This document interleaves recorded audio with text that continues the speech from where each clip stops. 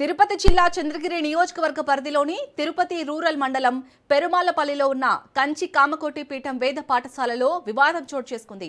రాజమండ్రి కోరుకొండకు చెందిన కౌశిక్ అనే విద్యార్థి అనారోగ్య కారణాలతో 8 రోజుల పాటు పాఠశాలకు హాజరు కాలేకపోయినట్లు కుటుంబ సభ్యులు చెబుతున్నారు. దీనికి సంబంధించి ముందుగానే యాజమాన్యం నుంచి అనుమతి కూడా తీసుకున్నామని విద్యార్థి తల్లి శ్రీదేవి తెలిపారు.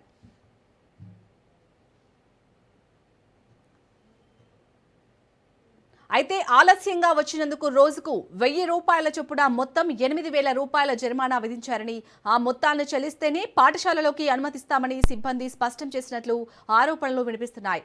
ఆర్థిక పరిస్థితుల కారణంగా అంత మొత్తాన్ని చెల్లించలేమని చెప్పినా తమ కుమారుడిని బయటకు పంపించేశారని తల్లి ఆవేదన వ్యక్తం చేస్తున్నారు.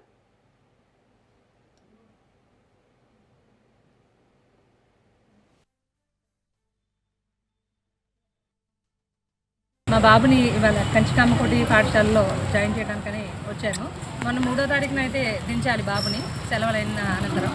కాకపోతే కొన్ని కారణాల వల్ల బాబుకి ఆపరేషన్ చేయడం అనేది జరిగింది, కాన్షియస్ ఆపరేషన్.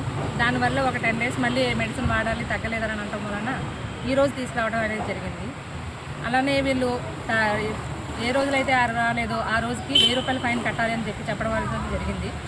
ఆ భయంతో కట్టలేని స్తోమత కాబట్టి మాది మెడికల్ సర్టిఫికేట్ అది తీసుకొని వీళ్ళకి సబ్మిట్ చేయడం కూడా జరిగింది, పర్మిషన్ అడగడం కూడా జరిగింది. ఈ రోజు వచ్చిన తర్వాత మీరు పర్మిషన్ పెట్టినా ఏదైనా సమస్య లేదు, మీరు అమౌంట్ అయితే కట్టే మీరు జాయిన్ చేయాలి, లేదంటే వెళ్ళిపోండి అని చెప్పేసి అన్నారు. రిక్వెస్ట్ చేసినా కూడా మాట అనేది వెళ్ళలేదు. అందుకని మీకు బయటకు పంపిస్తారు, బయట నిలబడవలసి వచ్చినారు. వాటికి 8 రోజులు అయింది, 8000 కట్టమని చెప్పారు. తల్లిదండ్రులు అంటే వాళ్ళ మీద గౌరవం లేదు.